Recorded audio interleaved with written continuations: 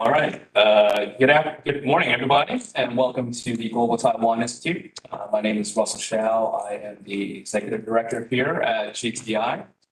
I understand that we're competing with a couple of other Taiwan-related events in Washington, D.C. So I thank all of you who are here live in the audience for attending our event, which I think, of course, is the most interesting one and more unique. And I think it really exemplifies the role that GTI plays here in Washington, D.C. in bringing these sort of diverse discussions on policy issues related to Taiwan, and also for our viewers joining us online. A little introduction about GTI before we begin. GTI is a 501c3 think tank dedicated exclusively to Taiwan policy research and related programs. Our mission is to enhance the relationship between the United States and Taiwan with the world by contributing to a more informed discussion about Taiwan and its people. In pursuit of that mission, we undertake several major programs. They include our biweekly publication, the Global Taiwan Brief, our public seminars, an annual symposium in the fall, podcasts, scholarships, and other related cultural programs as well. So if you're not already subscribed to receive all our program updates, you should do so on our website at www.globaltaiwan.org. And if you haven't checked out our website lately, we actually have a completely revamped website where our content are far more accessible now than it had been for the past 6 years under our old website. So please check it out. I'd also like to thank our co-founders, our directors, our advisors, as well as the staff and interns here who make all our programs possible. So let's begin today's program.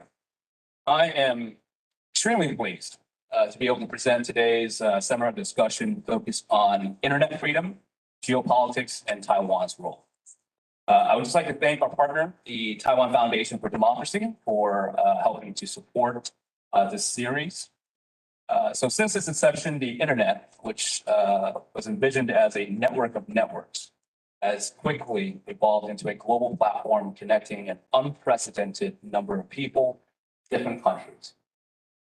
Consequently, governments have increased their efforts to regulate and also control it.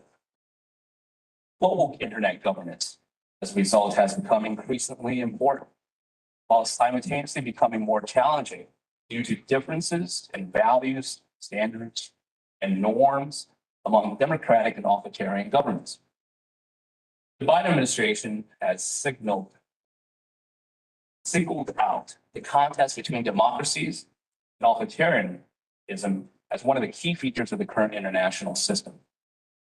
And recognizing the geoeconomic and political importance of the internet in this struggle, the Biden administration announced the Declaration on the Future of the Internet early this year in April 2027. That sought to promote a shared vision for internet freedom among democracies. The declaration, signed by 61 nations, states in part, I quote, "We call for a new declaration of the future of the internet that includes all partners who actively support a future for the internet that is open, free, global, interoperable, reliable, and secure. We further affirm our commitment to protecting and respecting human rights online and across the digital ecosystem," end quote. The declaration was announced against the backdrop of the release of Freedom House's 2022 Freedom on the Net survey report that also documented how global internet freedom has declined for the 12th consecutive year now. Yet in this overall downward trend, there are some bright upsides. One in particular, for the purpose of our discussion here, is Taiwan. Taiwan ranked 5th in internet freedom worldwide and 1st in Asia, clearly underscoring its role as an advanced techno-democracy. Taiwan, represented by the Minister without Portfolio, Audrey Tang, participated at the initiative's launch. Now, looking into the future, how can Taiwan contribute to reversing digital authoritarianism? How can it promote good global internet governance? What lessons can the world take from Taiwan's own internet governance policies? how can democracies overall most effectively counter authoritarian restrictions on internet freedom? So this panel that we have assembled will discuss the current and future of internet freedom, geopolitics, and Taiwan's role. And I really cannot overstate the incredible lineup of speakers that we have here today. And just in the order that they are placed right now next to me, I will briefly introduce them.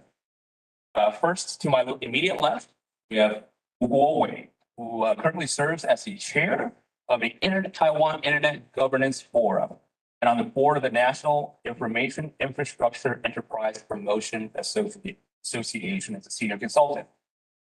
Additionally, he was a member of the Internet Corporation for Assigned Names and Numbers, more easily referenced as ICANN, which is a global multi-stakeholder organization that is responsible for continuing the success and safety of the internet. Although he may not claim this title, but he's also known as one of the godfathers of the internet in Taiwan. Next to him, we have Steve Feldstein, who's a senior fellow in Carnegie's Endowment for International Peace's program on democracy, conflict, and governance, where he focuses on issues of democracy, technology, human rights, and U.S. foreign policy. Steve also served as a Deputy Assistant Secretary in the Democracy, Human Rights, and Labor Bureau in the U.S. Department of State, among many other official assignments. He is the author of The Rise of Digital Repression, How Technology is Reshaping Power, Politics, and Resistance, published by Oxford University Press in 2021. Cannot recommend it enough. It's a very detailed study of how authoritarian leaders are utilizing digital tools for repression to advance their anti-democratic political objectives. Last but not least, we have Manpreet Singh Anand, who is the Regional Director for Asia Pacific Programs at the National Democratic Institute, which is a nonprofit, nonpartisan organization working to support and strengthen democratic institutions worldwide through citizen participation, openness, and accountability in government. Previously, Manpreet served as Deputy Assistant Secretary of State for South Asia during the Obama administration and Deputy Assistant Administrator of the U.S. Agency for International Development, among many other also official assignments as well. We had a fourth speaker originally planned for today's event, Lindsay Gorman from the German Marshall Fund. Unfortunately, due to a scheduling conflict, she's unable to attend today's event, but we will be surely, referencing some of the excellent work that she has done on these issues in the course of our discussion. So I've asked each of our panelists to prepare 10 minutes for their opening comments, and then followed by a moderated discussion that I will facilitate. For the last 15 minutes or so of our discussion, we will be taking questions from our live in-audience, our live in-person audience, as well as from our online audience. So for our online audience, you may submit your questions to contact@global.taiwan.org, or you may also tweet us or use the chat function on the YouTube page. So without further ado, let us begin. Steve, please start us off. Is this on? Okay. I'm not sure. Is it amplified? A little bit delayed, but Yeah. Okay, good. I'll just carry on then. Well, thank you, Russell, for inviting me to participate. I'm really happy to be here with my esteemed panelists, the three who I've actually known for a good portion of my career. Well, I have just met you, but I look forward to a really good discussion. So, I think this is taking place amongst a pretty interesting backdrop, even just in the last few weeks when it comes to digital technology, internet governance, platform accountability, and so on. In the last 48 hours, few days, I think many of us have been sort of focusing with rapt attention due to a series of events. I mean, first of all, when you look at what's currently happening with Twitter and the takeover of essentially what has been the kind of global town hall, global platform, and to see just how quickly an individual can take a platform used by millions of people and watch different principles when it comes to free speech and discourse get undermined, I think shows you the fragility of the governance structures that we've built up in place, at least from a sort of human political level. When we look at some of the newer emerging technologies like Web3 and crypto and watch the implosion of FTX occur, essentially built on a Ponzi scheme, and further, I think, exemplifies the fact that the digital and technology is one thing, but underlying that are individuals with their own motivations and incentives, and that you can't disaggregate one from the other. In other words, we can't simply look at these problems on internet governance and fragmentation about rules, standards, and norms, and divorce that from the social, political, and economic realities that face us. And I think these examples and their continuing disruptions that we see, I think, really emphasize that point. So I want to go back to something that Russell mentioned, which is that I think we remain at a pretty daunting point when it comes to global internet freedom. And that's something that I've written and done a lot of research about when it comes to digital rights protections and individuals being able to express themselves as they would like online, free from harassment, discrimination, authoritarian control, manipulation, and so forth. As Russell mentioned in the latest Freedom on the Net report, 12 consecutive years of decline. Although the picture has slightly improved from last year, and that the decline in 28 countries was balanced out by improvements in 26. So maybe we're hitting a point of equilibrium, but I'm not so sure. And then when we look at internet fragmentation in terms of some of the trends that have occurred in the last couple of years, we see 47 plus governments cutting residents off from online content published by foreign sources. We see 22 governments proposing or passing laws that limit when or how personal data can be transferred. We see 7 governments continuing to centralize control over domestic infrastructure and try to physically isolate their networks. We see that in small countries like Cambodia. We see that in larger countries like Russia.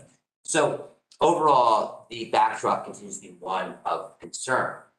What is also, I think, important to recognize is that we do have strong normative and legal protections linked to individual sovereignty and extending to the digital world that are built in. Now, these seem to be eroding, but they do exist, and they are important reference points. So the ICCPR, International Covenant on Civil and Political Rights, as well as the Universal Declaration on Human Rights, contain explicit protections when it comes to the rights to privacy, opinion, and expression.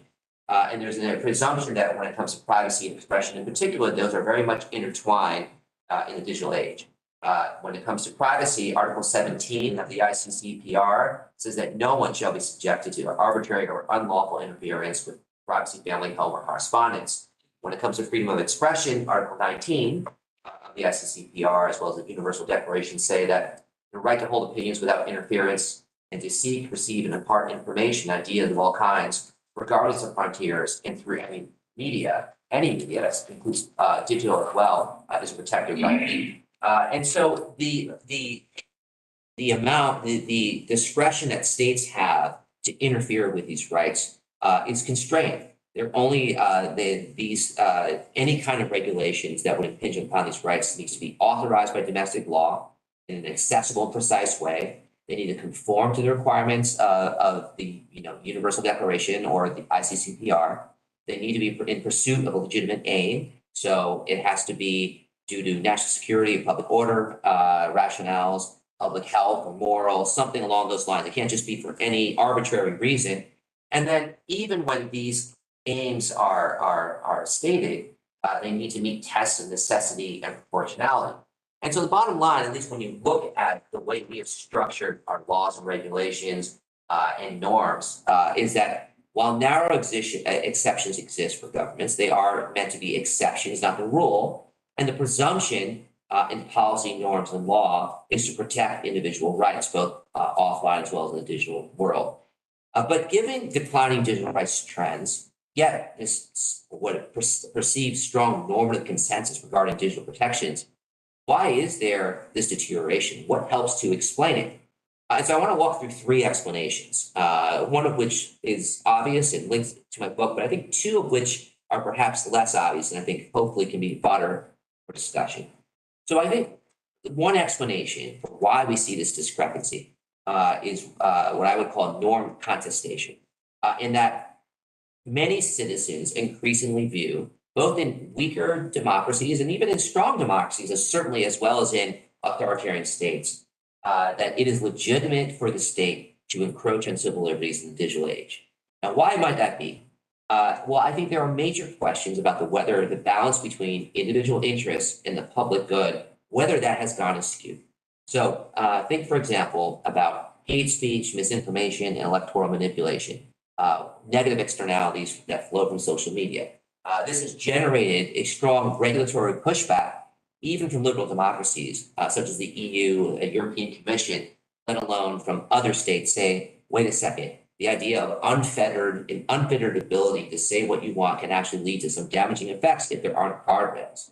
And I think the propagation of fringe viewpoints at a moment of global climate crisis, whether we're looking at conspiracy theories linked to climate change, conspiracy theories undermining responses to the pandemic, have raised questions about the emphasis of the individual at the expense of the public. I also think that commercial exploitation by platforms, which face no meaningful regulation, has contributed to this idea that something needs to change, that the overall environment is so without regulation that the only response is to then seek to have excessive controls as well. And so we have this tension, this conundrum about the need to have a principled conversation about how to effectuate an appropriate balance between protecting digital rights as well as safeguarding public interests. However, this conversation has become impossible in part because of manipulation by political entrepreneurs and exploitation by authoritarian actors who use these arguments, these contexts, as a way to justify their own efforts to assert control over the digital space. Now, I think the second explanation for why we have this discrepancy relates to the corporate surveillance model and spillover effects from that, in the sense that users, and when you talk about the right to privacy, it's an interesting thing to uphold that, and yet think about the very model most of us rely upon when it comes to big tech. We are primed by platforms to have diminished expectations of privacy. Our email contents are read, and advertisements are micro-targeted accordingly. Social media communications are governed by profit-making algorithms. So what you see is not necessarily a true objective version of what is coming in based on chronological events. Instead, it is curated by an algorithm to maximize profit. And then incessant data leaks erode the integrity of privacy, and essentially has led to an upending of expectations, in part due to this corporate surveillance model. So fine. Explanation 3, this links to kind of the more, the subject of my book, and I think probably in large part what we'll discuss today, is non-democratic exploitation. So leaders see opportunity to use digital instruments to extend their rule.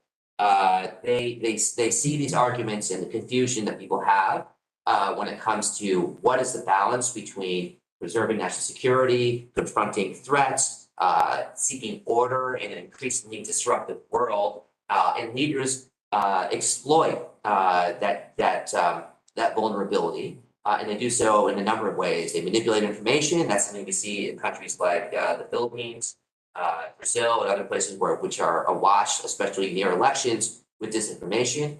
Sometimes you see it happen more bluntly when it comes to internet controls, whether it's the Great Firewall in places like China, whether it's Halalnet in Iran, which is seeking to suppress protests in illegitimate ways, or whether it's the blocking of platforms in contexts like Russia. But either way, you see a variety of tactics occur in a variety of contexts. And one thing I want to mention too is that I specifically chose non-democratic exploitation as a term I wanted to use. I don't think of it as only authoritarian exploitation, in the sense that this is not just an authoritarian problem. One of the issues I have with the accuracy of, say, democracy versus authoritarianism is that many democracies, especially those that are in weaker contexts, exhibit patterns of behavior and attributes that are both democratic and non-democratic. So even looking at a country like India, where we have seen a backsliding when it comes to democratic governance, when we've seen an increase in both internet controls, as well as an increase in state-sponsored and political party-sponsored disinformation,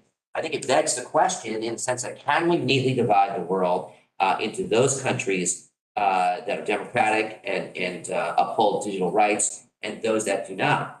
My argument, and something I've written quite a bit about, is that you have a wide number of states in the middle that, again, have attributes of both. And if you look at the Declaration for Free Internet, which Russell mentioned, you have 60 countries that have signed on, which means that the bulk of the world has not signed on.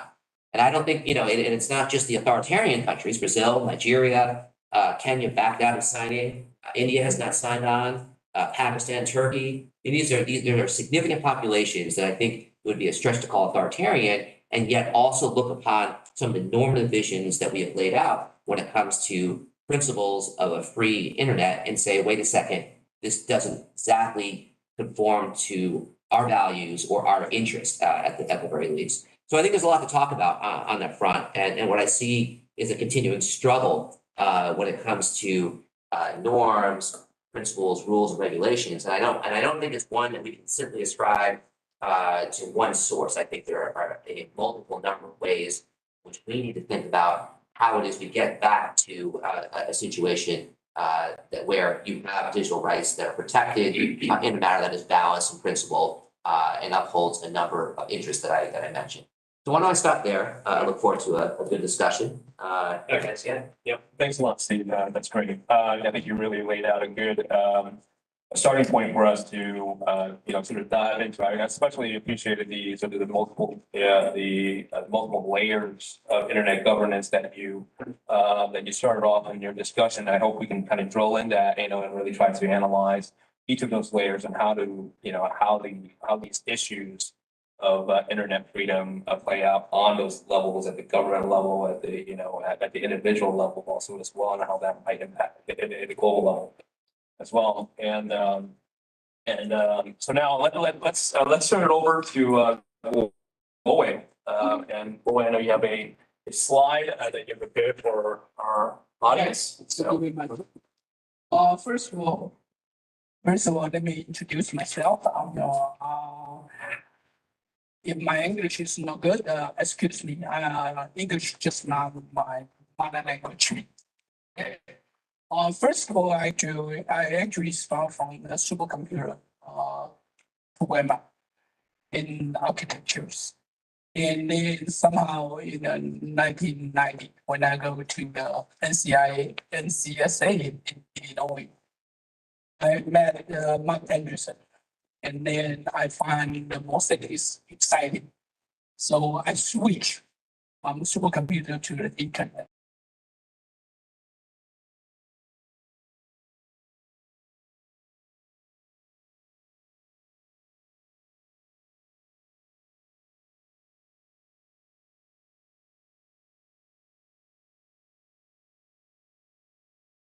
Over 56 countries.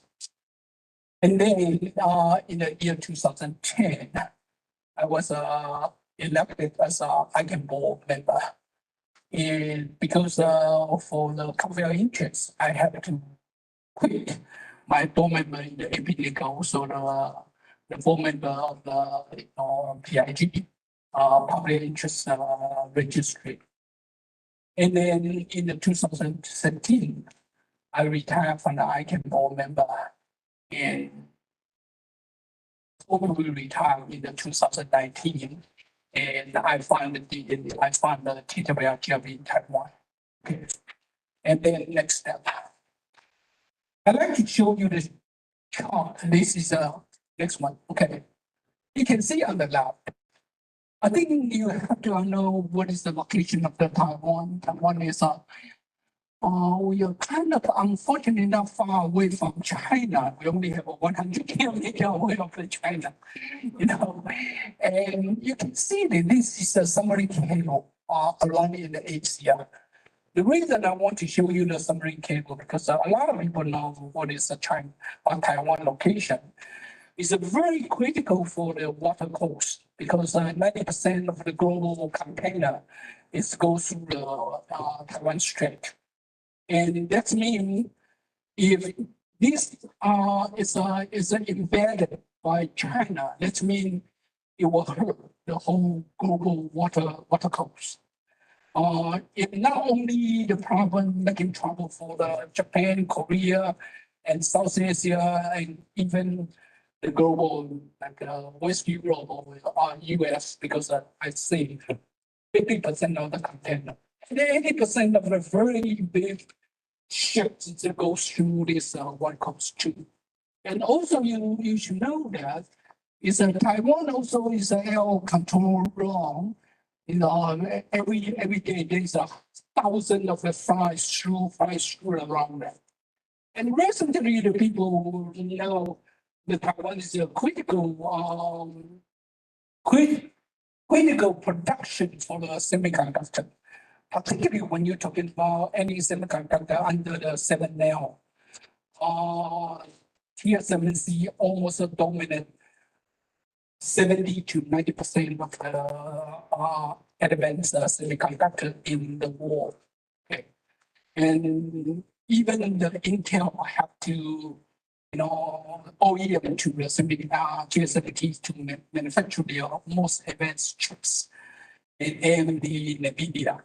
But today I'm not talking about this one because we are talking about the internet free and also we're talking about the Taiwan global. I want to show you is basically is a submarine cable. If you look at this chart, that's mean you can see most of the submarine cable actually go on the west coast of the Asia, Pacific Ocean. If you look at the right, then you can see that the submarine cable always is surrounding about Taiwan. The reason why the Taiwan is so critical for submarine cable is because you cannot lay the submarine cable in the Taiwan Strait because the Taiwan Strait is so shallow. It's only 70 meter depth. And if you put the submarine cable in a 70 meter depth, it's no good because the fishing ship, they're always using the web and they will bring down or bring broken the cabling. So all the submarine cable have to run on the west side of the Taiwan. Unfortunately, if you go a little bit further of the Taiwan on the west, on this side, there's a deepest sea gauge is about 8,000 meters depth of the ocean. You cannot maintain the submarine cable layer. So you have to lay the submarine cable very close to the Taiwan, on the east side of the Taiwan, quite close. And that is the reason why the submarine cable goes through very close to Taiwan.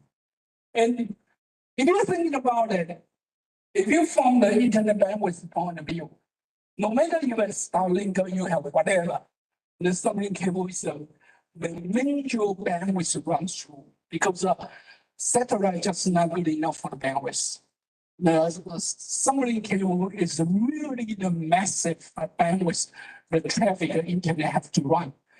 And so if the Taiwan location is under the China, you can imagine what is the impact to the internet operation around the world. I mean, globally. I think this is the first.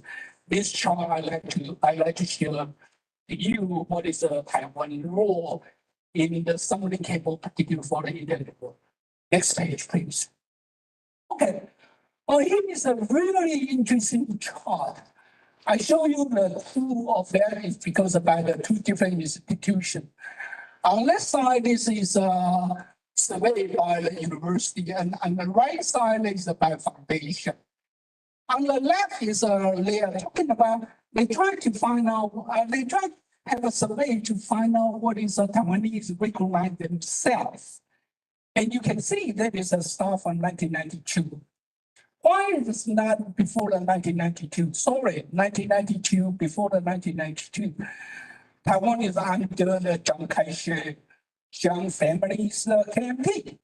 And if you know the background of the Chiang Kai-shek or KMT, they basically have some kind of idea of fisheries, because what they are learning.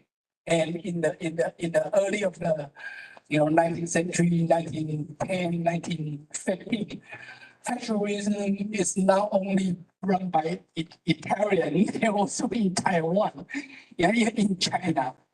And so in 1992, you cannot do that kind of survey. You live in Taiwan, you cannot say I'm Taiwanese.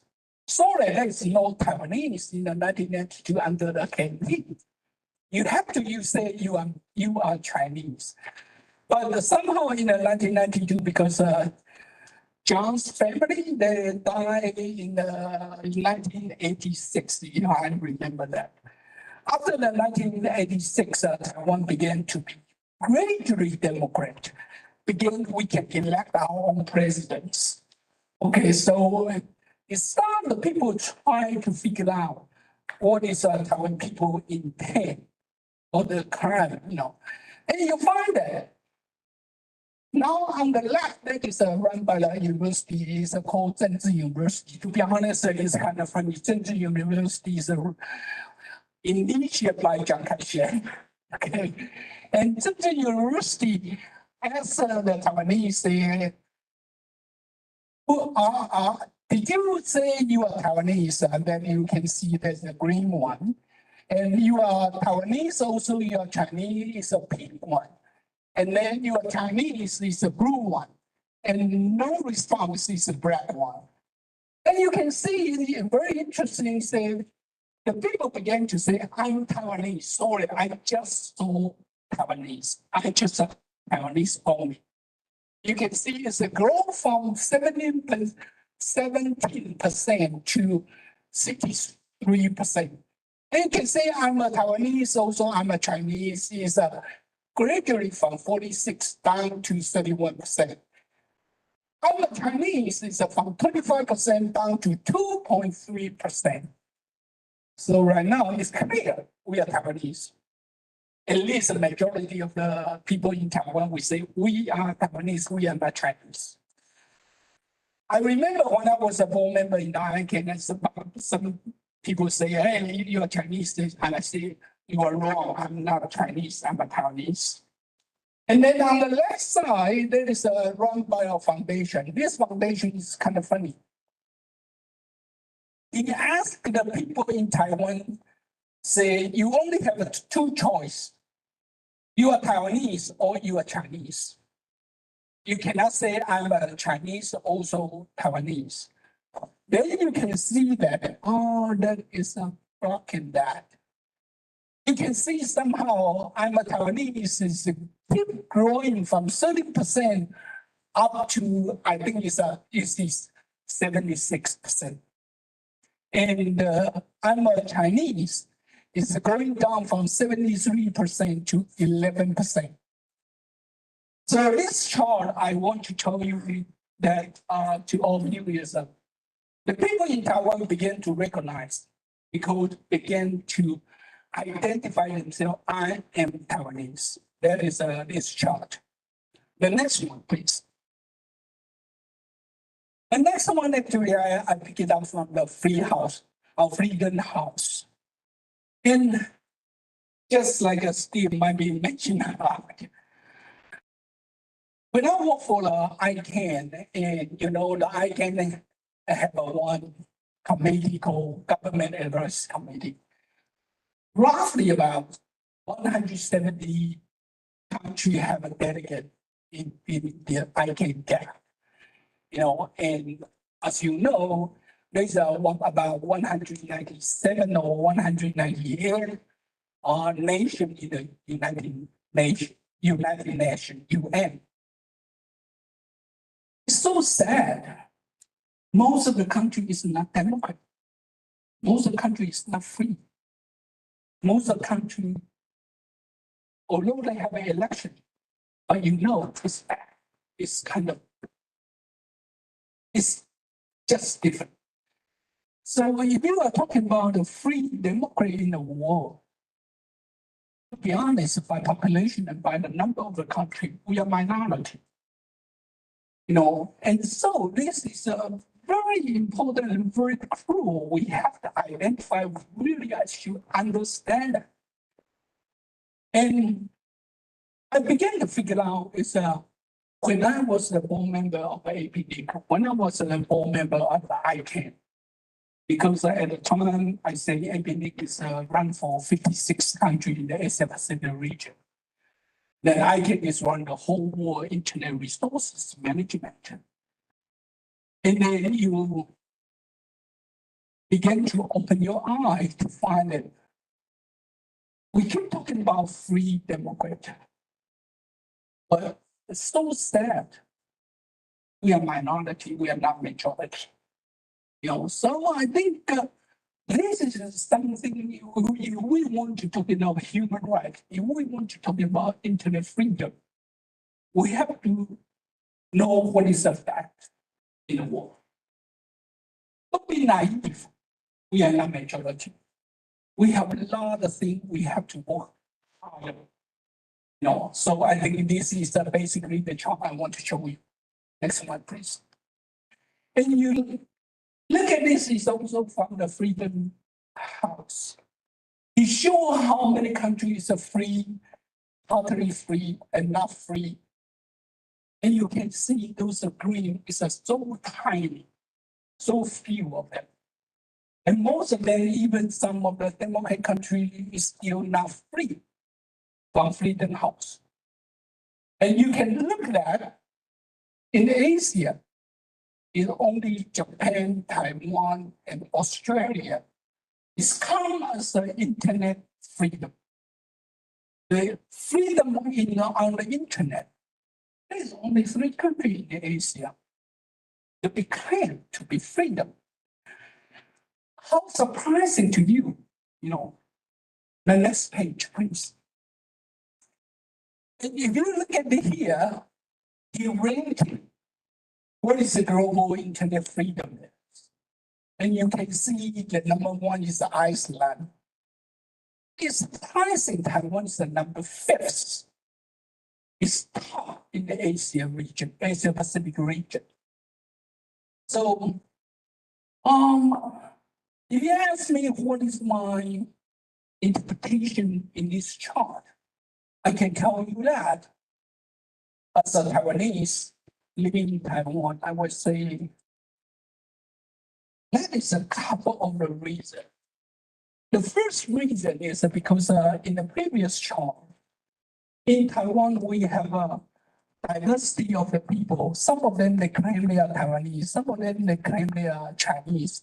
Some of them, they claim they are Taiwanese and also Chinese. Okay, so that is interesting. So if you try to narrow down the freedom, the other part will come out to shouting and to fight. And this is the first part. While the internet freedom in Taiwan is top of the Asia, internet freedom is not free. It's actually a kind of this response or reflection of the society.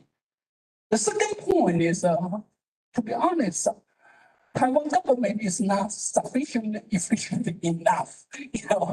They are not good enough to work on the legal or set out the structure or law structures. The next page, please. Okay, this is my summary. First of all, openness and transparency is so critical for internet freedom. When we're talking about internet freedom, we have to make sure open transparency. China or Russia or lots of countries is not internet freedom is because they are very difficult to maintain. They don't want to make the internet really open and transparent. So open transparency is so critical for that.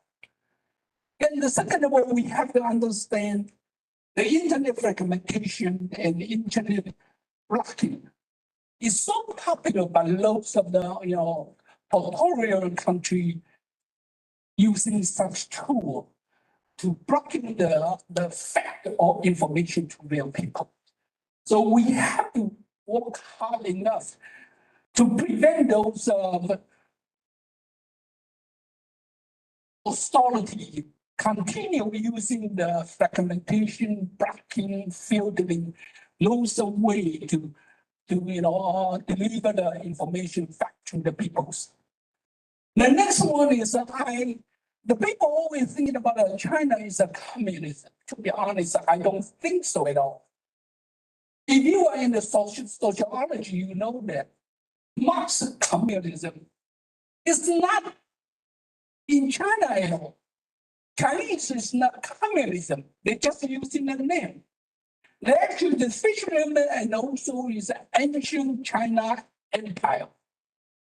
If you look at the idealism or the structure they are doing, or you look at the society, it's more like a fascism and the ancient Chinese China empire.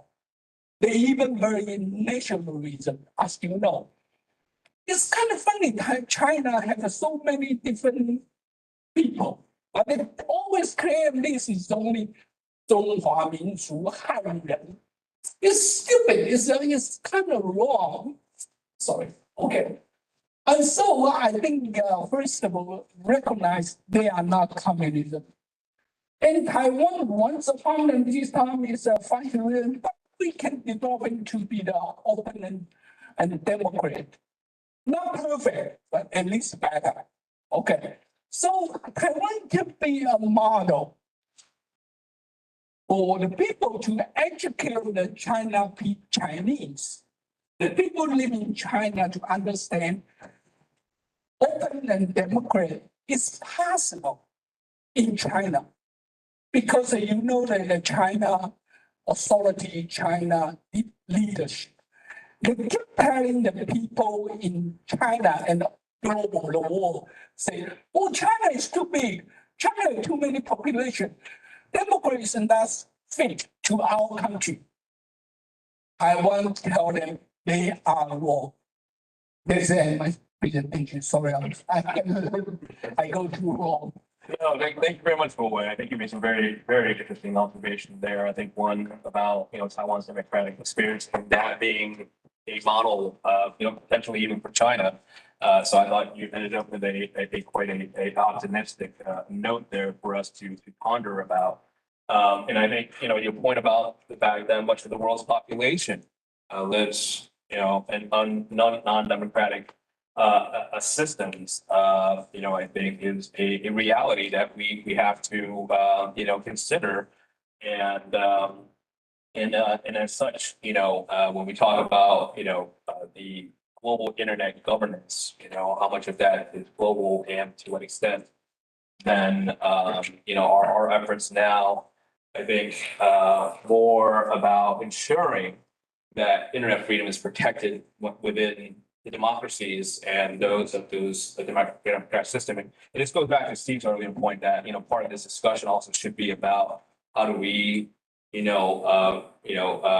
ensure that our practices in internet freedom are, living up to the standards that we're setting, and in that way, perhaps that is how we preserve, the democratic, the internet freedom amongst democracies. So next, I would like to turn to Manpreet. And Manpreet, the floor is yours. Well, thank you so much, Russell, and thank you to the Global Taiwan Institute for inviting me here for this discussion. It's a real pleasure to hear from my fellow panelists here about different vantage points, I think, on this broad topic. And I'm going to come at it from a slightly different perspective. Talk a little bit about the trends that we at the National Democratic Institute are seeing across the Asia Pacific region when it comes to democracy and authoritarianism with respect to internet freedom. Talk a little bit also from our experience about what Taiwan's role has been and continues to be, and then give at the end a little bit of insight into NDI's approach towards these issues. First, just to start, I think it's important to remind ourselves that authoritarian governments and non-democratic actors. Steve, I take your point on that. Very, very important point. They see the free flow of information as a threat. The idea of having a free flowing information, an open internet, is a threat because it threatens their ability to exert power and control. And so I think we have to start off understanding the dynamics here and how power plays into this. We are seeing this manifest itself in many, many different ways. We're seeing those who wish to discredit democracy use digital technologies and platforms to manipulate information, spread cynicism, distort political processes, including elections, sow confusion and division, amplify conspiracy theories, no shortage of that even here in the United States, promote violence against women, an exceedingly disturbing trend that we're seeing across Asia Pacific, and wholly just interfere with citizens' ability to make choices, informed choices about how they want to live their lives and who they want to have represent them. And so when we talk about democracy being challenged across this region, yes, it's on a number of fronts, but on the front of internet freedom and how it gets compounded through this digital authoritarianism, it's really, really important to understand how and why these trends are coming into place. We're also seeing authoritarians learn from each other. And so these trends are not happening in a vacuum. I think as Steve noted earlier, Cambodia modeled its surveillance and censorship and content moderation infrastructure on China's domestic surveillance technology. We've seen in the Philippines and in Myanmar how manipulation of the information ecosystem can exacerbate an already really problematic and violent political and human rights environment. The cybersecurity law in Vietnam that was passed a few years ago seems to also follow in China's footsteps in terms of surveillance and censorship of political speech. And perhaps even more disturbing, we're seeing particularly vulnerable communities disproportionately targeted with online violence and disinformation. These include ethnic minorities, women, indigenous communities, and the LGBTQI plus communities. So we're seeing this manifest across the board. It's not confined to political borders or how Freedom House or others might define countries to be free, partly free, or closed. And so it's important to understand that as a backdrop. Now, my fellow panelists here talked a great deal about Taiwan's role in these international governance systems, so I won't go into great detail about that. I did appreciate, Russell, you mentioning the Declaration for the Future of the Internet at the outset of this and putting some verbiage there. There's one particular line that I noted in that declaration that I'll just quote here. It says, "Protect and strengthen the multi-stakeholder approach to governance that keeps the internet running for the benefit of all." I think Taiwan has really taken that to heart. And I think that's a really important, yet sometimes underappreciated aspect for effective resilience against these ephemeral influences in the online sphere, is to have a multi-stakeholder approach. We've seen cooperation in Taiwan between the government, the CivTech community that has been unprecedented and has yielded significant dividends. It's enabled networks of netizens to fight disinformation. It's empowered innovative approaches by the government. There are amazing tools, humor over rumor, all these things that Taiwan has done to make truth more viral than disinformation and to fight back effectively. It's absolutely been a bulwark against some of the malign influences that they face in their own society, as even the January 2020 election showed. But perhaps most of all, it's built trust is build trust between civil society, government, and the public at large. And that, I would submit, is actually the most important aspect of Taiwan's approach. It's of course, Taiwan stands out as Kuo-wei mentioned earlier. It stands out amongst the world's democracies for its proactive and innovative defenses. And this is including the development of cyber norms, legislation to try to prevent harm while guarding the freedom of expression. It's also sought to expose and monitor and combat the spread of disinformation. We've seen these cyber norms include a wide range of official internet and telecommunications legislation in Taiwan, as well as unofficial public oversight mechanisms led by Taiwan civil society. Taiwan also has shown to be a hub for regional coalitions to try to strengthen the internet freedom. It's a trusted partner in data transfer, for example, in the Asia Pacific region. We've seen Taiwan working closely with the private sector to build and improve its internet infrastructure. US tech giants like Google and Meta have chosen Taiwan to host their regional data centers. There are a number of things that are happening in which Taiwan is showing its presence, but also is being seen as a trusted partner, which I think is increasingly important. Having said all of that, and understanding that Taiwan's geopolitical situation is quite unique, I think we also have to acknowledge that the threats to its democratic discourse are not unique. And in terms of facing illiberal online influence and cyber threats, Taiwan is still on the front line to try to develop effective responses.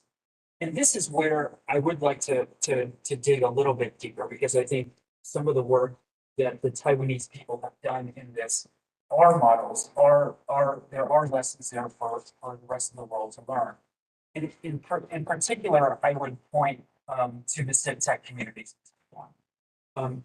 These are networks, largely volunteer, I would say, networks of netizens who have recognized not just the existential threat that this influence can pose to Taiwan, but how they have a role and a responsibility to fight against it, not just leaving it to official or government leaders. These communities include GovZero. There are a number of groupings like the Hacks in Taiwan Conference, the Conference for Open Source Coders, Users, and Promoters, all really successful examples of how civic technologists, hackers, and open source communities are mobilizing at a grassroots level to play an integral role in defending internet freedom. Just one of those examples I'll mention is around GovZero, a partner of ours, who has held numerous cross-sector hackathons. Now, these hackathons are meant to bring together government stakeholders, programmers, engineers, civ tech activists, all in an effort to explore technological solutions, collaborative initiatives to tackle different topics in open governance and e-governance. And some of the really successful initiatives that have come out of these hackathons later grew into into a lot of what the international community, including, I would say, NDI, viewed as successful open digital governance initiatives. I'll also mention, Russell, you mentioned Minister Audrey Tang earlier. She comes from this community. So, there's a connection, there's an inherent connection that has been built up purposefully between government and civil society in this. And I was heartened to see her help to launch a whole new Ministry of Digital Affairs very recently on this. Now, just turning to NDI, because I know we're short on time. We've really sought to leverage the great work that Taiwan has done. And a couple of years ago, we established an office in Taipei. We sought to build relationships with the civ tech community. We had programs that link that community to others in the region, not just within Taiwan, so that others who are facing similar challenges can learn and share and exchange information, deepening their own resilience. We've also sought to deepen our own investment and NDI's investment by expanding various initiatives that we have around information integrity. There's an advisor focused just on this issue in Taipei. This builds on what we've called and we term info-integrity programs across the globe. These info-integrity initiatives are all about strengthening information integrity, countering harmful online speech, promoting research that explores how disinformation operates, how populations can build resilience to influence campaigns, engagement and information exchanges between local partners and tech companies. We launched and continue to be a part of a coalition of companies and civil society organizations to be able to integrate the monitoring and analysis of the online environment, including through election observation missions. So there's a number of different areas in which NBI is playing an active role to both shine a light on what Taiwan is doing, but also to build greater resilience through connectivity across these various stakeholders in this online ecosystem. And I'll just end by saying, while there is some collaboration across the Indo-Pacific region to address challenges to information integrity and defending internet freedom, generally, there's not a lot of coordination across Asia to counter illiberal influence in the digital space. And that's an area I think that is ripe for more investment, more innovative thinking on how we can build allies in the online space and those who care about internet freedom. We do think Taiwan has a unique and important role to play in that endeavor, given the experience it has, the knowledge, the ability that it's been able to show, improve in defending internet freedom, which is why we've invested in Taiwan ourselves. But we need to work with Taiwanese stakeholders, other stakeholders across the region to continue this really important work in preserving internet. I'll end there. Yeah, Brita, that's excellent. No, I just want to, I mean, just so many good points there, and I think you really, had a very good, focused presentation on the very topic I wanted to talk about on U.S.-Taiwan cooperation and on internet freedom. And I want to pick up on the last point that you made to kick off our discussion. And before I do that, I just want to remind our online audience members that we will be taking questions from you.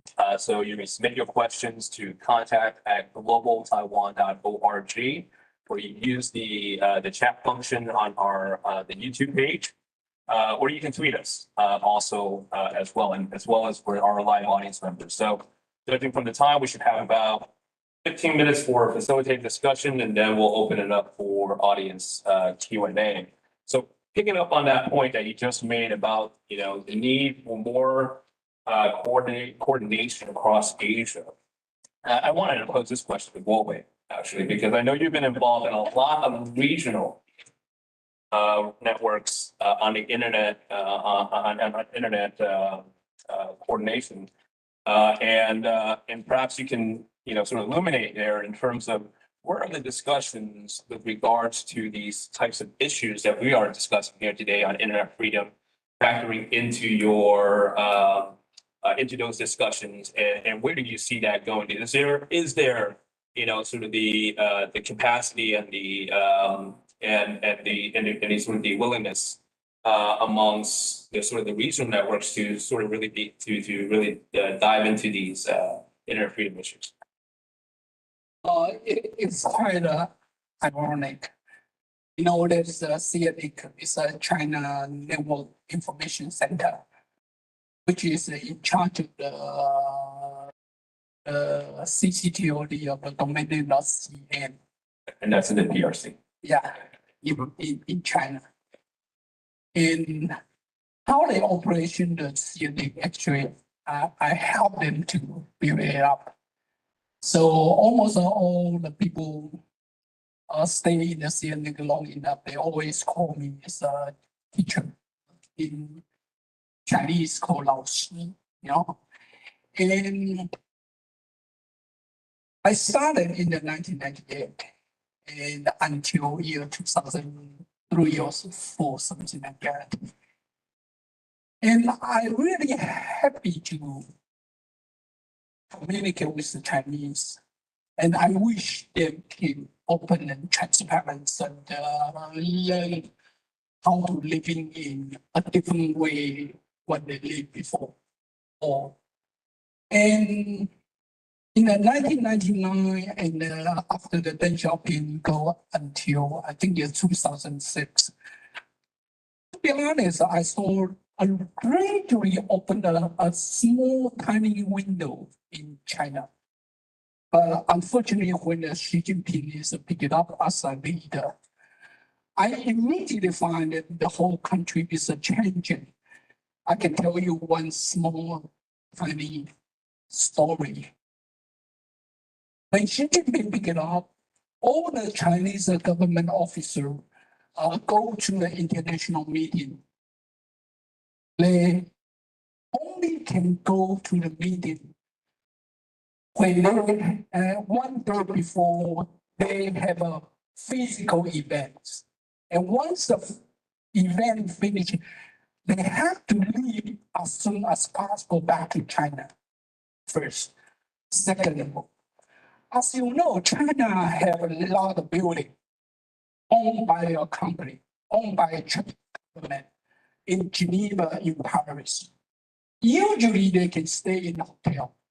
But when Xi Jinping coming up, no hotel anymore. You have to live in the compound. And the compound actually is surveilled by the people is imported from China to watching the whole compound. So if you still dreaming China is again going to open, you are totally wrong. It's the first part. The second part I like to talk about more than China. I also is a founder of the APRIGF, Asia Pacific Regional Internet Governance Forum. There is another people is a Singaporean, is a Peng Hua, we started. And what we really want to do is we want to bring this internet governance to the whole Asia Pacific region. So we try to, involve more of the Asian Pacific region, including the islander, those are the Pacific Islands, coming to the internet governance and talking about all kinds of different issues. We want to open the world to all of them, no matter they are free country or not free countries. The third one is I also actually, although I was chairman of the TWIGF, we have an annual meeting of the TWIGF. I do my best to try to invite Japanese, Korean, Singaporean, Australian, New Zealand to submit a proposal into our events. Because we like to, make an international communication with other countries, And to be honest, I have a private reason too. I want the Taiwanese begin to see the global instead of just looking in island only, because to be honest, I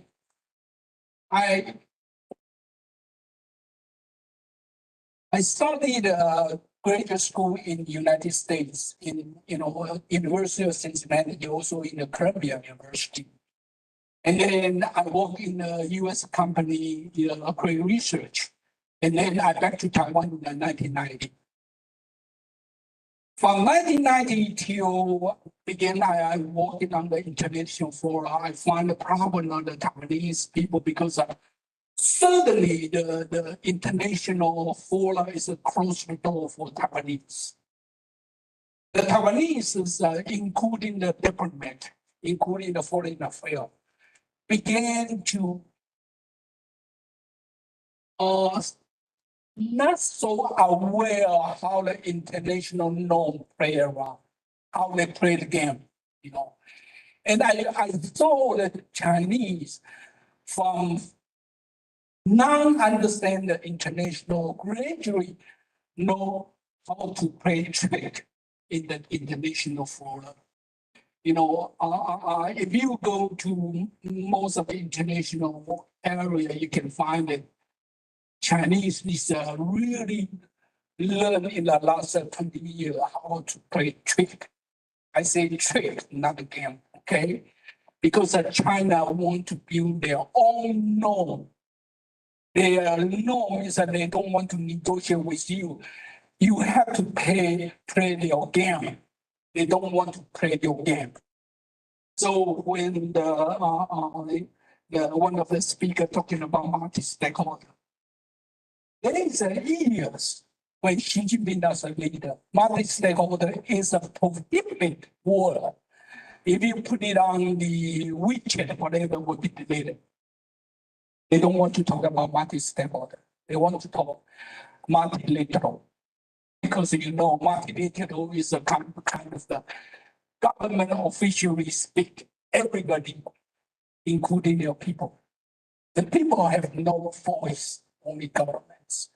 So I think there is a many different way, and what I working with Asia, and I try to continue, and hopefully today I was here in Washington D.C. The first quarter of every year, we have an event called TWIGF. I wish you can submit a proposal to us. Even you cannot physically, we can do the video, and then we can share, we can communicate. So hopefully something happen in the future. Great, Thank you. great. Good. Well, when we got information available with regards to TWIGF, it sounds great to be able to open that up for the community of people who are interested in that, in that forum and to the conversation that's happening within Taiwan. A thread that I heard from the presentations today from, I think, almost all the speakers, was the issue of fragmentation, right? And the fact that we are, essentially, where we were heading towards, and perhaps we are already, in a fragmented, internet landscape. And at which point now, I think what are to be then the implications of that, for the technical and legal and the security implications of these issues that we are now referencing now. And I might want to turn this over to Steve. I think I saw that in your remarks about, the fact that we are in a fragmented, there's internet fragmentation. And so maybe speak to that a little bit with regards to how you see that impacting, these efforts to try to, promote internet freedom. Sure. No, thanks for the question. I think you have to ask yourself, where does fragmentation come from and what does it represent? In the sense that, it's not just a phenomenon that exists. It is born out of differences of governance. It is born out of politics. It's born out of, differing approaches when it comes to underlying values. And so when you see a certain policy or regulatory scheme, or you see laws that are passed that lead to a greater level of internet controls in different contexts, rather than just sort of say, look, there's this condition, and you have fragmentation because the rules that Vietnamese authorities are applying to Meta go against, perceived digital rights protections when it comes to the free flow of information. And that differs from what you see in Germany, or that differs from relatively unregulated landscape in the United States. I would dig a layer deeper, and I would ask, why is it that Vietnamese authorities, one, are emboldened to push out a certain set of regulations that constrain information, right? And two, what is it about the systems at play in terms of how politics are run in Vietnam, the level of democracy or authoritarianism, the protection of rights that allows for and enables this type of approach? And I think you'll get some really important answers and insights as a result of that. Right. Well, I think that goes to the earlier point that you emphasized in your presentation, which is, sort of that there are multiple layers, to internet governance. And when you think about it, both at these multiple levels, and perhaps to sort of define some of those levels, I was wondering, and sticking with you still, Steve, and then perhaps Manpreet with some of the to get to your point, your expertise on the sort of the application, of what to do about it. But, let's look at these layers in terms of the infrastructure, in terms of the applications, in terms of just general governance issues. How then, how then do we address, some of the non-democratic exploitations that occur at that infrastructure, at the application levels of these issues, and perhaps that can help us get to what Manpreet was alluding to earlier in terms of what the United States and Taiwan are, doing at the civic tech level to try to, sort of have a bottom up, sort of approach that can, perhaps, address some of these, reverse some of these authoritarian trends that are occurring, so that those, by sharing those experiences, but with other countries, right? Yeah. Well, I would say, look, there's not an easy answer to this. And I think ultimately there's some really tough choices that we have to ask ourselves. So think about it this way in the context of a country like Russia, which is very quickly, moving already is authoritarian, but even in a more constrained environment that's modeled off of what we see in places like China and Iran and so forth. And what's interesting about Russia is that, even 5 years ago, you could make an argument that it had elements of both, that you actually had the ability of people to express themselves on Telegram, on Meta, on WhatsApp, on Instagram. YouTube still operates, even though you also had pushback and filtering and so forth from the Russian authorities, and that's moved in a specific direction. So in a place like that, you can essentially say a couple things. You can say, one, here are the principles that we have, and either this is something that will be allowed to be protected, or we have to leave. In other countries, right, where there's a little more leverage, take a country like Thailand. I've done some research there. I wrote a chapter in my book about that. There you have something where there is a dual interest by the Thai government. They both want to control information in their society, but they also want to ensure that they have a flourishing digital economy. And so there is leverage by companies to say, this is the line. And if you want to continue to see foreign direct investment and a large tech workforce and economic growth linked to the digital economy, then you're going to have to find a middle ground between your desires to have full information control and your economic needs. But when a country flips, when you have a country like Russia, which says the geostrategic is so much more important, we're willing to sacrifice any economic benefits for being globalized and be part of the economy of the world, then there's not much you can do. But unfortunately, a lot of countries don't exist in such a stark environment. There is a lot more give, I think, and leverage within those sort of middle countries. Let me see what Manpreet has to say. No, I was just sitting back and learning, Steve. I think that was really nice how you encapsulated that. I just had and I think we should not underestimate the power of civic actors. We tend to always relegate our thinking to government officials, political boundaries. But what we found is the power of civil society and on these issues, civic technologists has been instrumental in changing the game, not just in Taiwan, but now others across the region are also learning from Taiwan's example. And that's something that we at NDI are helping to facilitate because we see the power of that. We see the power of that, frankly, not just on these issues, right? This has been true of freedom of expression or independent media or supporting human rights activists. This is how you build solidarity, you learn from each other. And it's something that can empower these defenders, these rights defenders, and we should consider them human rights defenders, just as we would other human rights defenders. We can empower them to advocate for and defend the values that we all care about that are underpinning this entire discussion. And so I think there's a role to play for these multilateral conversations, these larger global conferences and standard making bodies, but there's also a role to play in supporting the grassroots in being able to shape that environment.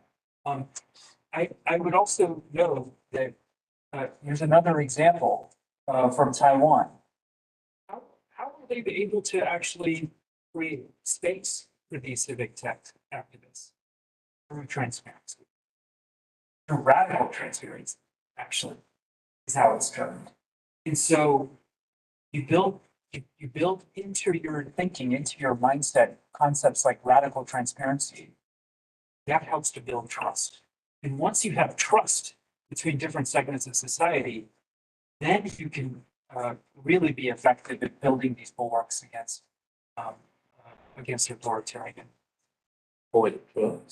Yeah, I like to comment about fragmentation from technical point of view a little bit, a little bit difference. First of all, the internet protocol. Internet protocol allow you to refuse to receive the message. People send it to you, okay? And that is the reason that Professor Milton Mueller in the Georgia Tech, he claimed internet fragmentation is not there. It's built into the internet protocol. I don't agree. Okay. I don't agree by the reason here. You can reject the messages sent to you by the internet protocol. But the problem is who making the decision to reject? Is by you or by the court or by the government or by the or political power. It's very different. I think you know. I have a right. I don't want to receive your email. You are not my Facebook friend. I just reject you. It's my right. And if you violate the intellectual property, I can go to the court to stop it. It is what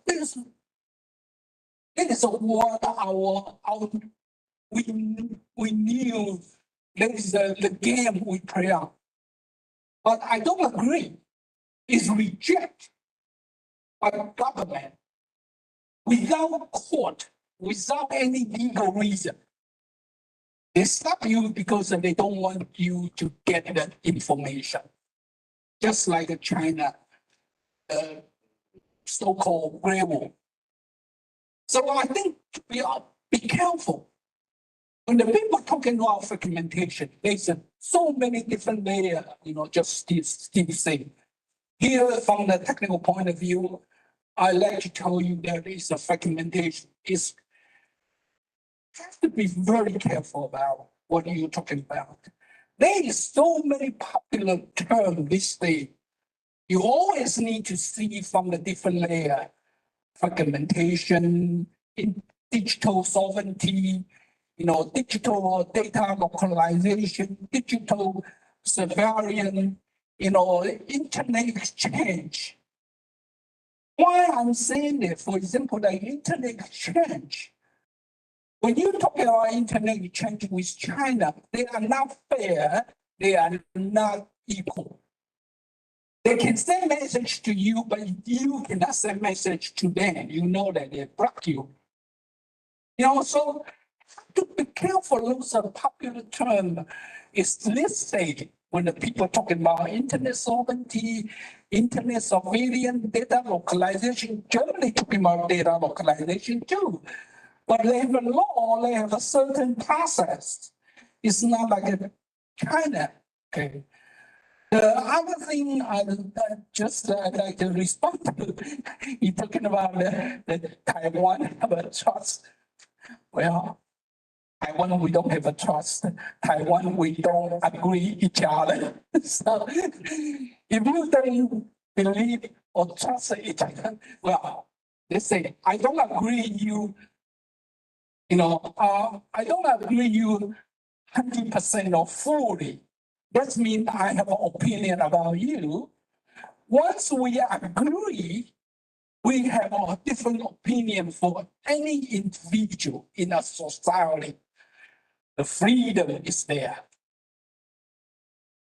If the society did not allow you to have a different opinion, then we don't have freedom. So I think it's a little bit joke about my Taiwanese society, but I say to you, in Taiwan, we have KMT, we have all kind of funny people, and in the highest number, you know how many Taiwanese live in China? More than 1.2 million. We only have 23 million people. We have 1.2 million in China doing business, and they claim China is their home country. And they claim, China have a business to make money for them. So of course, gradually, just like the chart I show you, the people living in China right now is from 1.2 million down to, I think recently about 400,000. It's gradually coming down because eventually they find that they are very disappointed. They find China is not their hometown at all. And China do not allow them to speak the different voices, different opinions. And China government, as you know, the surveillance is crazy. If you are living in China right now, you have to download WeChat or something like that. They have a green, red, and yellow code. If you don't have a green code, you cannot go anywhere. And the green code original is for security.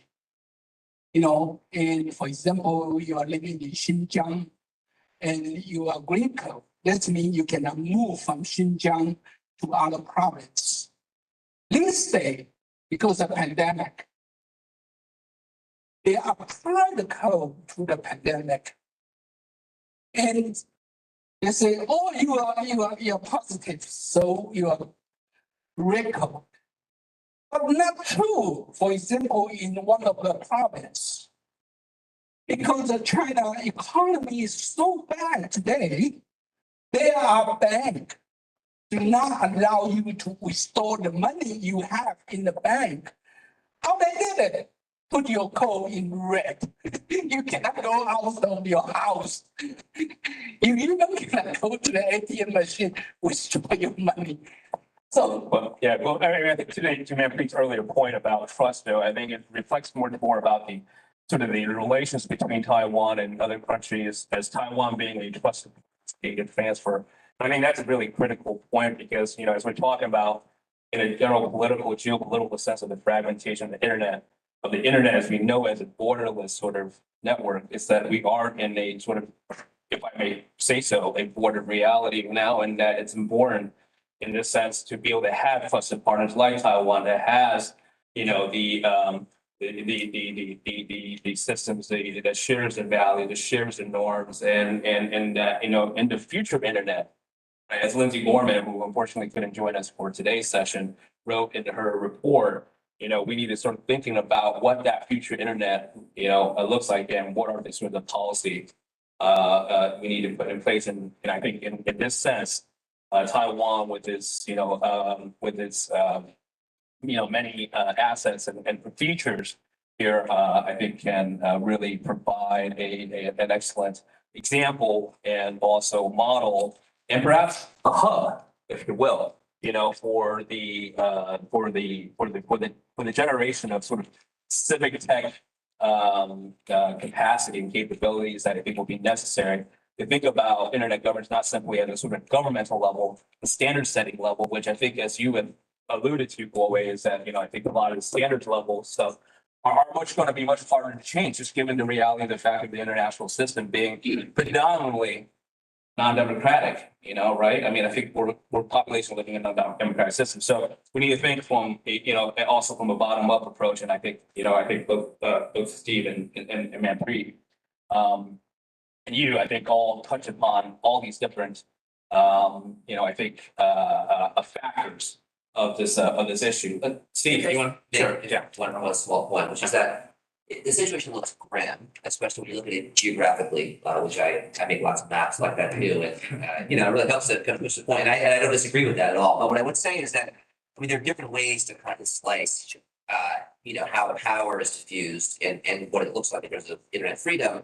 And so look at it economically, for example, right? I mean, there's still a lot of power that resides in little democracies. And if you look at different norms, standard bodies, and so forth, I mean, frankly, China has made very strong, vigorous attempts to impose new IP and other protocols that would change some of the architectural foundations to how the internet functions. But it hasn't yet adopted. There's actually been a lot of pushback, and there's a lot of individuals and groups of countries with liberal democratic principles in mind who say that isn't how we want to see things go. And that's whether it's at the engineering, level, the technical level, or even politically. So, I don't think that all is lost. I want to be clear that authoritarians, there is certainly a greater challenge that we see before us. And it can look daunting when we sort of see things graphically, but in fact, I still think there's a lot of residual, momentum in place when it comes to liberal democracies on this front.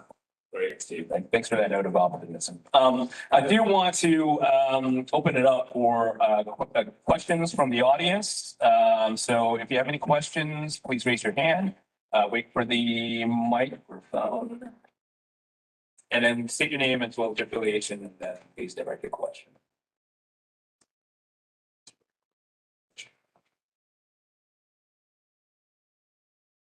Hello, everyone. My name is Ethan Franz. I'm unaffiliated on Feldstein. Throughout this discussion, I'm reminded of Minister Arthur Tan's policies when it comes to combating disinformation, especially disinformation from the other side of the strait. And one of those measures is to combat disinformation with humor, fact-checking, and colloquially speaking, memes. But that seems to be a policy that the government is involving itself in order to protect its citizenry. And it seems to be a model where the state and citizenry work perhaps in tandem with each other at this kind of push and pull relationship in order to have a more free and also responsible. So what I would like to ask you is that something that's possible for models outside of Taiwan? And could Taiwan's model be one for countries that have a not free or free, and dare even say free internet? Thank you. Great, you want to take that? Well, I think it's not only possible, it's something we're actively trying to promote. So this is exactly what's behind one of our initiatives at NDI through the integrity work that I was mentioning earlier. Is now that we have established a presence on to be able to connect leaders like Minister Tom, but also others in the CivTech community who built these successful models with others in the region. Not that they would necessarily replicate the exact same model, but understand what have been the secrets of success, right?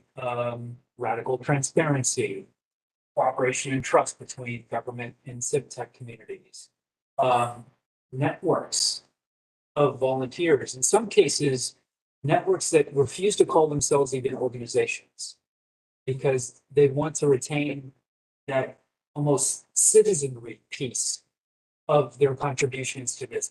It's the responsibility of the citizen, not just organizations or government, to fight off this type of disinformation. I think there are interesting models that can be extracted from Taiwan's experience. So this is exactly why we're investing in this space, because we're trying to connect these types of individuals, stakeholders, organizations with others across the region. Let's have a conversation in a couple of years from now, see how it's going. Kuo-wei, you had a comment? Yeah, I like to. This information is a very sophisticated or too simple wording. This information have many different categories. I think you know that. For example, I say, I told my friends, he going out for the camp alone without his family. And I put on the Facebook quote saying, ah, his wife locked him out. Do you think this is a disinformation? I think we're just joking. We get used to the, particularly this day in the internet platform. A lot of people like to joking around. We just for fun. It's our life, part of our lives. So in Taiwan, particularly in Taiwan, the disinformation, what we really worry about in Taiwan, we really worry about our only enemy. The disinformation, it came from the China government. And you were saying, well, in Taiwan, in your political, religion, or some other people, they also deliver disinformation because right now in Taiwan, it's the election year day. So right now, a lot of political people would like to get promoted. And so they create disinformation to other, candidates. Yeah, it's troublesome. But in Taiwan, we get used to this kind of the disinformation from political candidates for years already. 15, 20 years. In US, it's even longer. I believe in the US, you are in the, election day, you got a lot disinformation. But the only really critical one is this disinformation is from an evil country. If not from those evil countries, I think we live in a free, democratic, open society. And we have, in Taiwan, we have more than 20-year election, and from 1992 till now. So it's okay. We can accept that. So I think in the disinformation, I'd like to particularly point out this one. We have to categorize particularly looking what we are talking about, because of too many different kinds of the disinformation. These are just my comment, my personal. I think I'm not a Taiwanese voice. It's only my individual voice. Thank you. I know we're a little over time right now, but I want to close with a question that brings it back to where we started, and which is a question regarding the Declaration on the Future of the Internet, and really what's next. And if you're here and you have President Biden and President Tsai's year, what do you do in terms of what's the next steps for the Declaration of the Future of the Internet? How do we promote and better implement democratic internet freedom? Oh, me? I'm not in government anymore, so. Questions. I'm in a think tank. All I would say is that we have a lot of problems domestically. I think better modeling at home and outreach to citizens and others outside of government in countries where there is contestation. Places where maybe it's difficult to deal with the government in the Philippines when it comes to these issues, or in Turkey. But there's plenty of grassroots groups, civil society, digital rights activists. And I think that's where you start to build momentum. That's where you start to build, citizen voice to push for change. Because, there is pressure that can be exerted. And I think as Manpreet described it really well, even if you reach a point where you feel there's real obstacles when it comes to governments being responsive on these issues, I think citizens will be. And that's where we can invest a lot of money. That's where we invest resources, exchanges, and our time and attention to really make change. That's excellent. I think that's really where there's an excellent, segue here with Taiwan and where its assets, where its capabilities and capacity lies, and exactly where Manpreet has highlighted. And I think perhaps back in Taiwan, the networks and the people and the organizations can really go more towards building that out. Can I try to Okay. All right. Keep it. Okay. I'd like to get a short for your questions. and also related to what is the internet future. I think the internet future, particularly two of the other speakers talking about the fragmentation. Of course, personally, I can always like to say one world, one internet. To be honest, I don't believe it. I don't believe it because some of the country, they don't play the international norm. They don't play the fair. They don't play the equal internet when we do the information exchange. So we have to stand still and firm to tell those countries. If you don't play the equal and fair exchange, sorry, you are out. We don't want to communicate with you. So in this case, we should be precisely tell them, without equal fair communication or trade, you are not my partner. In China, you want to build your own internet, go ahead. Russia, you want to build your internet, go ahead. They take all the advantage of us. Why we allow them to take advantage of us? That is my personal point. I love to see the one world, one internet, but I want a one world, one free, transparent, freedom internet. Right, thank you very much, Kuo-wei. And with that, please join me in thanking our panelists for today's fascinating discussion, for our online audience members for joining us. So please join me in giving them a round of applause. Yeah, very nice to meet you. Yeah. Nice to meet you.